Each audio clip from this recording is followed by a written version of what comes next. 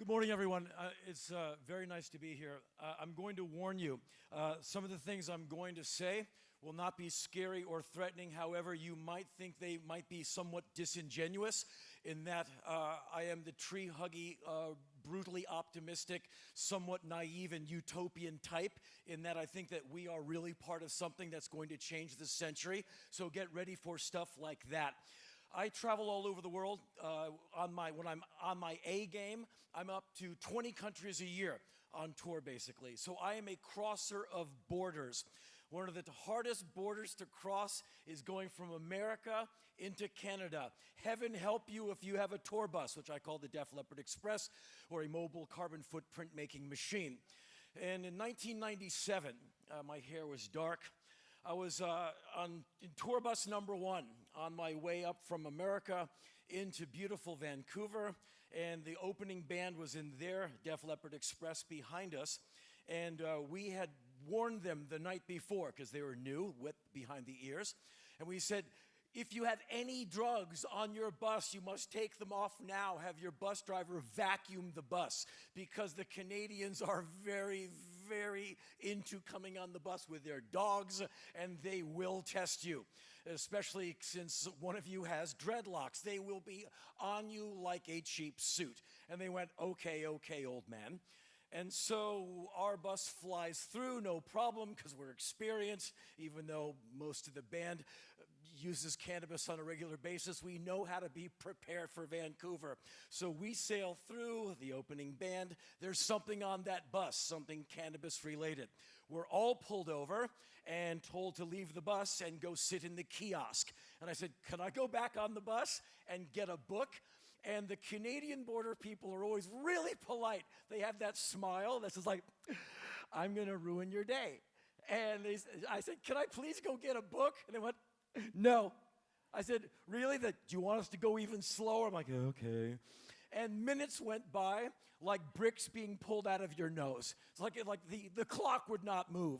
And finally, we got in, and we got to do the show. That was the good part.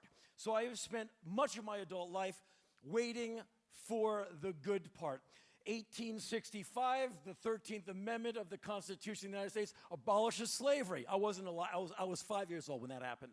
1868, the 14th Amendment of the Constitution guarantees equal protection under the law. And so historically speaking, I figured that's when the good part starts, right? No, that gave us the Ku Klux Klan and Jim Crow laws. So when is America great? When does the good part start? Obergefell v. Hodges, 2015, marriage equality. How many gay people had to lose their lives to a virus that Ronald Reagan didn't care about and basically promoted before Bill and Tom could get married in the freest country in the world? When does the good part start? What's the good part about a bunch of kids getting killed in a high school, marching all across America, basically saying, all we want to do is have our adolescents in a school and not get killed? And they're called crisis actors. So when does the good part start? I want the good stuff before I go. I know I look 27 years of age to you people. I'm in fact almost 60 years of age. I need the good part to start before I die. And I think cannabis is part of the good part of this whole damn century finally starting. Alex, who was on stage right before me, I don't know if you know him like I know him. You should check out Alex's history. He's a fascinating guy, one of the most street smart people I've ever encountered in my life, and I've been around some street smart people in my life. Alex has been to prison for cannabis. Alex has been on the streets protesting for legalization and decriminalization of cannabis, not for a few years, for decades. This is his life work. So for us to be at this point in beautiful Canada is a hell of a thing. And it was not a thing that happened overnight. This is decades of fighting back against oppression, open bigotry, and racism to get us here to what I hope is the start of the good part. And what do I mean by the good part? I mean that community. And when Alex said that we are a family, if you are a cynical person, you'd say, oh yeah, right, whatever. I hope you will shed your cynicism when you're here at this conference, because I truly believe that we are part of a community. and that we are part of a far larger narrative that you might be aware of, just sitting here thinking about it right now. I'll illustrate that in just a second. This is my 5th time speaking at an ICBC event. Several months ago, I forget exactly when, Alex contacted me, and he said, hey, man, I know who you are, and I see what you write in newspapers and magazines about legalization and decriminalization of cannabis. How would you like to come aboard and speak for a little while in front of a bunch of proto-entrepreneurs who want to get in the cannabis business? And I said, great, because I want to get on the ground floor with all of you to plant seeds of goodness in your mind before all the sons of bitches come in with their mean, predatory version of capitalism. Because right now, this is an industry where there's going to be a lot of money made. And so there's going to be a lot of bastards coming in for the kill, like they did with Big Pharma, like they did with agriculture, like they do with weapons, like they do with tobacco and alcohol and pizza and anything. The sons of bitches come in and they ruin it. They did it to the major label industry. They turned music into this pablum that you have to suffer through during Super Bowl halftime events. Like, really? Sure can dance good. I'm never going to listen to this song again. And that's because the money came in and the goodness went out. And so this needs to be the start of substantial change. I am selfish and impatient. I need this century to end better than how it started. How did it start? The invasion and occupation of Iraq, an illegal war that killed a bunch of people. My government just nakedly crass and craven, going in and killing a bunch of people who didn't deserve it. And you see how America votes. And I wish there would be a wall built along an American border, the northern border, and I want you to tell America we're going to build that wall and you're going to make America pay for it, because right now America is toxic. Look who America voted for as their president. Look how America treats people wanting to come north to get a better life. They're just treated as awful people. This is nothing new. In fact, this is what Trump voters wanted. This is why they elected him. This is exactly what they wanted. So when does the good part start? The good part starts with you and I. The good part starts with normalizing, legalizing, and decriminalizing cannabis all over the world. And do you understand that when you do this, you are taking on some of the biggest forces in the universe? And I'm not talking about science fiction. I am talking about Big Pharma, the biggest drug pushers in the world. When the President of the United States, I'm sorry to keep referencing America, but you know your toxic friends in the South, and the noxious waves of air come north when the wind blows. You're like, really? You live in that? Yes, we do every day. And so when the president says, these illegals, they're bringing in drugs, what he leaves out is that Americans inhale so fast, you could take all the drugs that come in from other borders into America, put them into a cannon, shoot them into the sky, and not one particle would hit the ground because they would be vacuumed into American mouths and noses and any other orifice that can get off on drugs. Are you kidding? You could double the inflow of drugs coming to America. Boom! They'll all go in. You can triple the amount of OxyContin coming out of these death factories. American mouths go like, right here, what power? Boom, they'll go right in. And so America doesn't have a drug problem. We just have a lot of people who like to have fun on the weekends.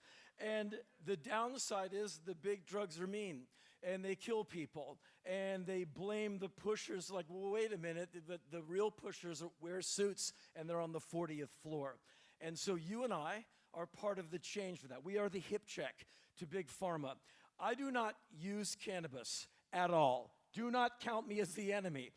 Just because I don't use it doesn't mean I can't vociferously advocate for its legality and decriminalization, which is why I'm here, and this is what I do. Because to me, legalization of cannabis in any country, be it Germany or Canada, America, anywhere, it is a human rights and civil rights issue. Because almost anywhere in the world, you have people with post-traumatic stress. You don't have to be in a war to be at home with post-traumatic stress. You can have it from being teased in the schoolyard. You can have it from the last time your husband, boyfriend, girlfriend, someone smacked you in the face and said, do it better. That's a lasting thing, and cannabis can help. There's a lot of people coming out of chemotherapy. They're having problems with their appetite. Cannabis can help. And so I advocate for the medical use, and I think that is one of the ways, and I know that wonderful Canada is very big on the medical. I get it, and I applaud it. but I'm into the idea of we can be a force for good in this century. Again, when does the good part start? I want it to start now, and I want it to be you and I who are part of this. I may never ever use cannabis until maybe one day my hands hurt even more than they do now, and someone says, you know what, this chewable might just be the thing. And one day I might go, well, I'm going to try that. And I want this to be the start of something really fantastic. And if it's not, if we are not part and parcel of this great change, then we're going to lose it all. Because if to get all the way here in 2018, we're talking about almost a damn century of people getting their heads kicked in for this. So we need to go forward with some benevolence. I think most of you are going to get rich from this. You're going to do just fine vending cannabis. Can we make it to where it's not just about money and it is about community?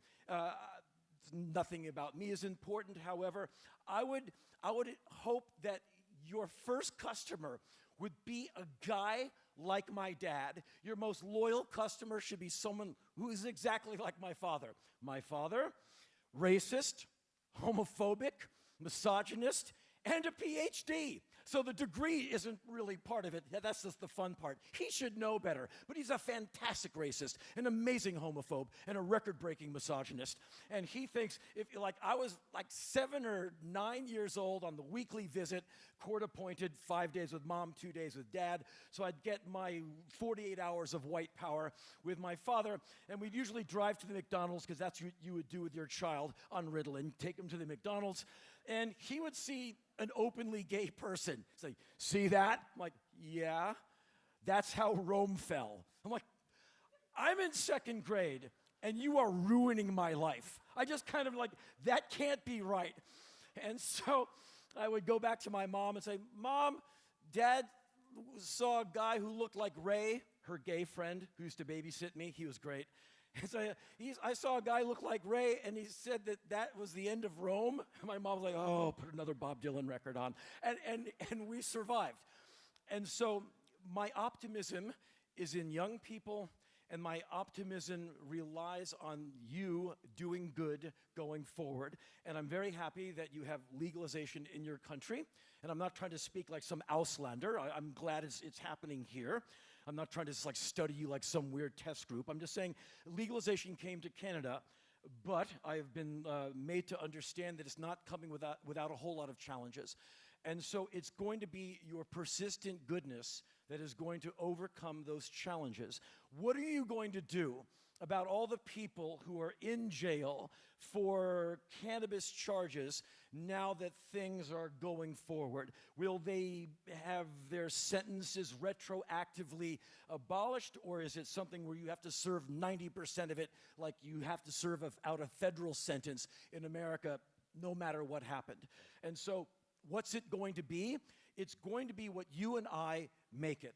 And the more responsibility that we take, starting right now, we're all on the ground floor of this fantastic thing happening in Canada, the legalization of cannabis. And I know that you all already know how to grow it, because I was just in Germany with ICBC, and you export by the ton. Fantastic. And so everything is in place. I'm eager to see what all of you are going to do going forward with the money that you're going to make and how you are going to survive your good fortune.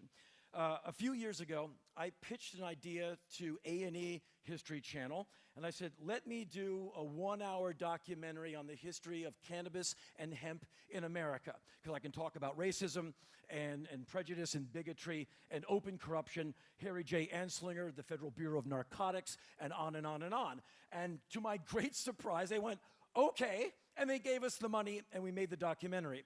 And so a few years ago, I was in Denver, Colorado, and I went to the Cannabis Cup on 420, event put on by High Times Magazine, and I'm there with a History Channel film crew. The doors open for us. We're a History Channel. Get out of our way.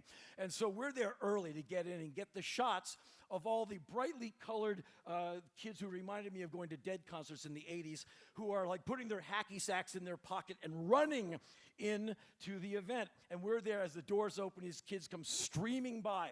The best part of the whole day, besides meeting a whole lot of great people, was watching how bored the cops were with about 30,000 people in line, peacefully waiting to get into the event. And I don't think the cops were there to crack heads, but they wanted to get something going, and these kids were not giving it to them.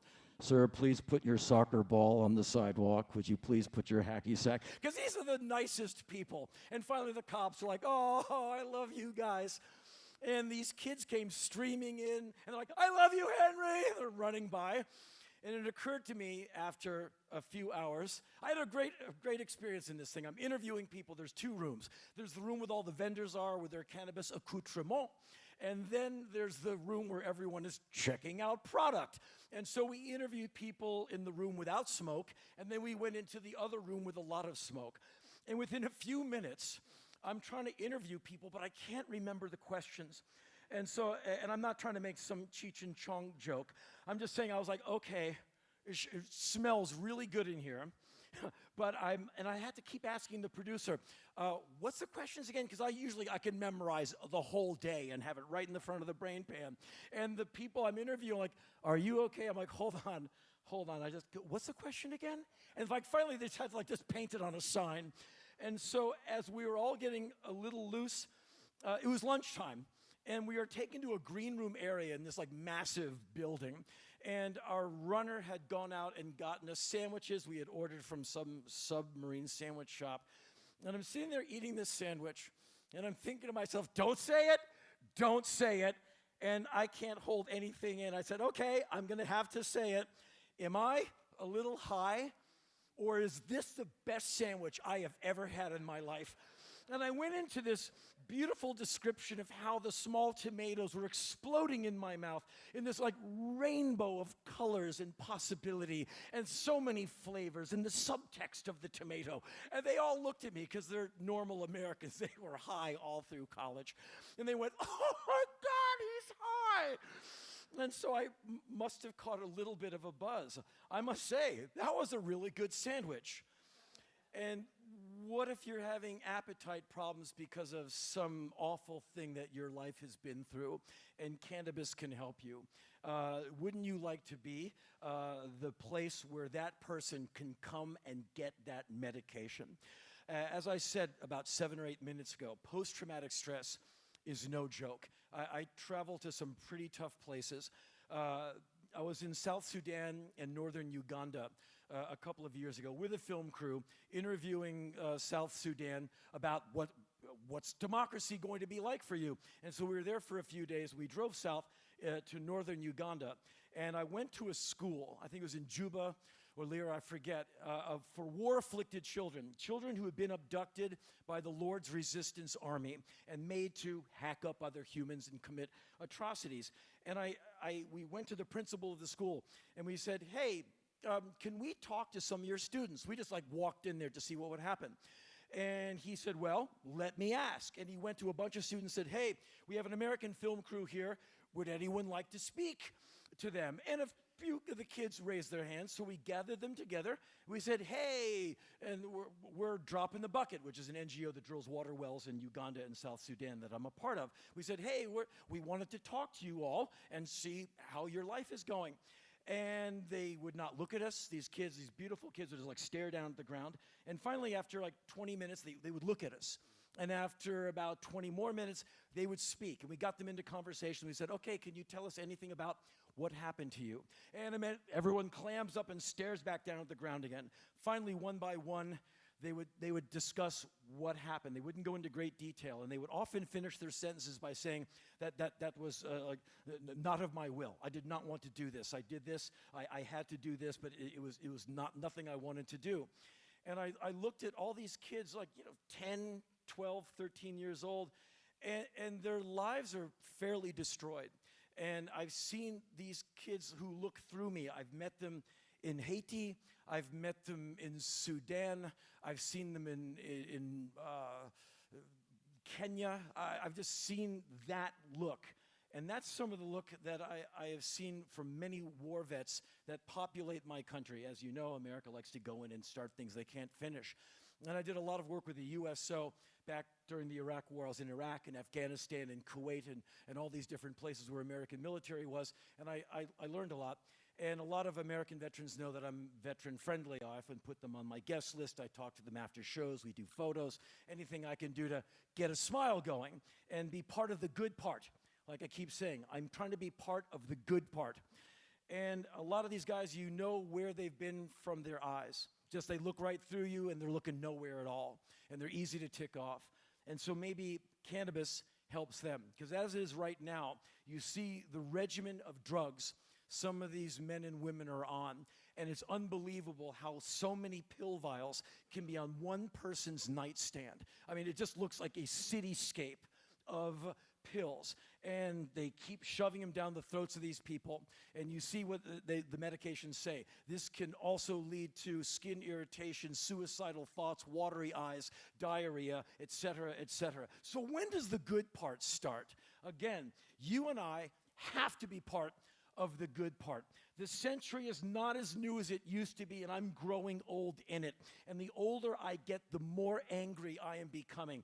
I am of the age where I'm supposed to be calming down and mellowing out, sitting down more and going, well, you know, and I don't know what it is, but I'm getting more pissed as I go.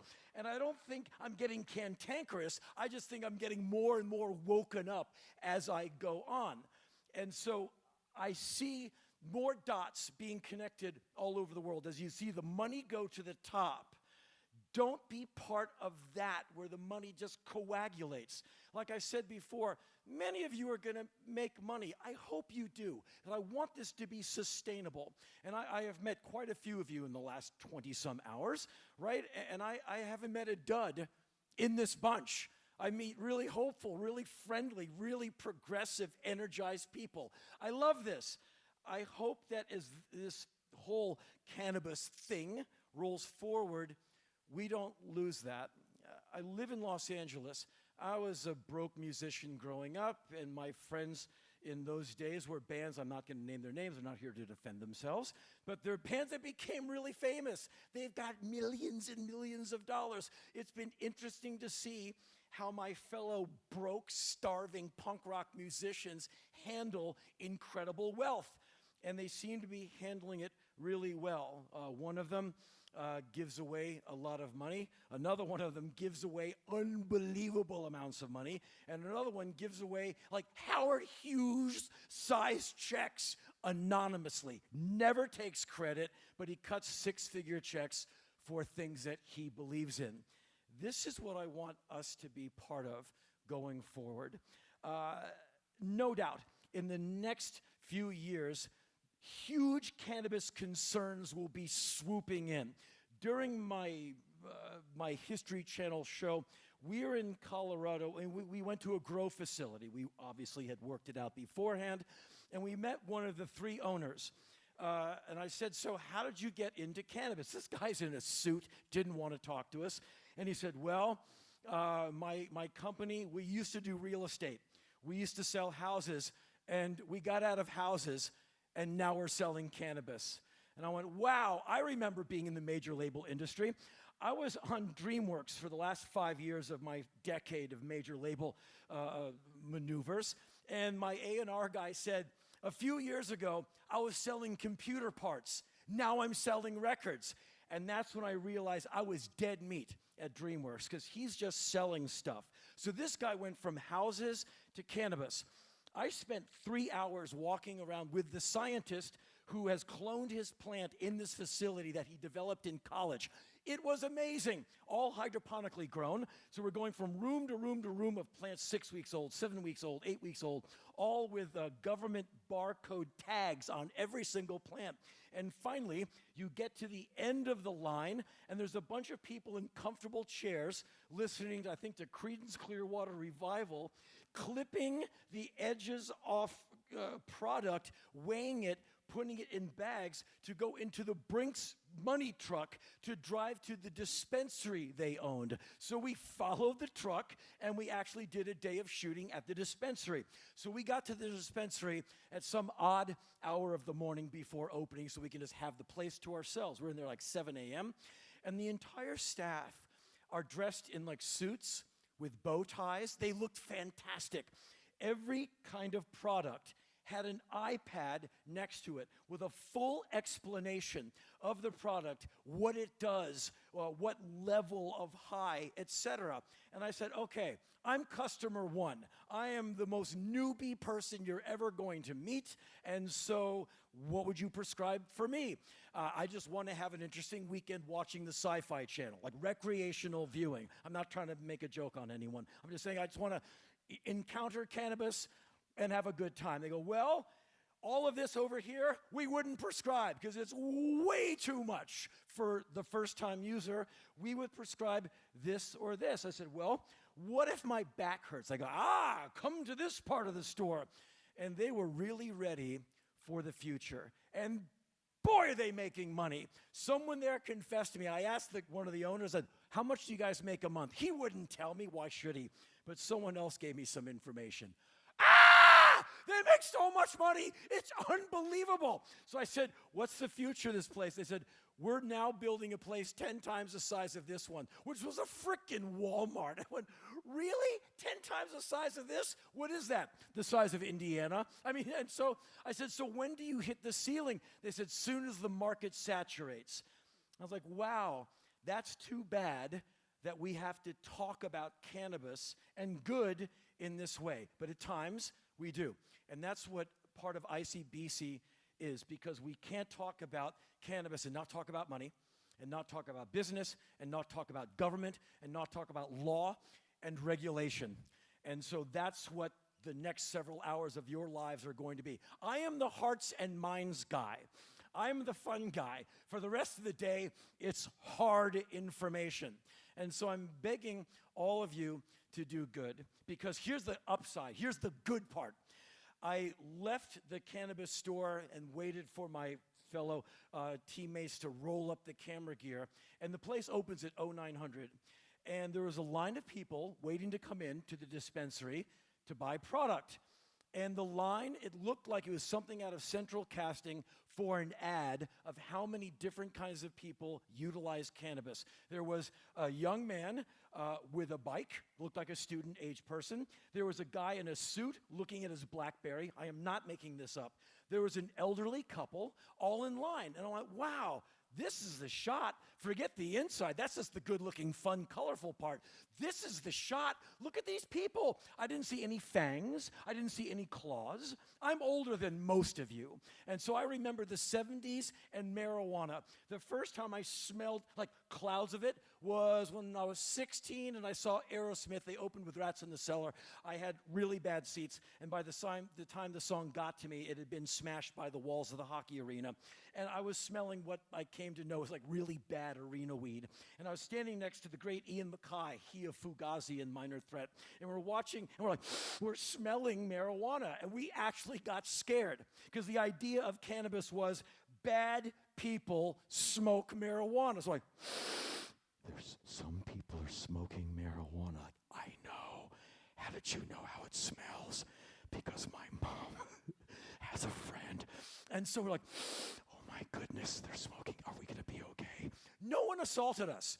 But we had been so scared by the idea of paraquat, the herbicide that was like just sprayed on marijuana plants, and in the 3 days before it kills the plant, harvesters would harvest the product, bag it up, and send it north into America, and people were smoking poison-laden marijuana. So the idea is like, if you smoke marijuana, it'll kill you.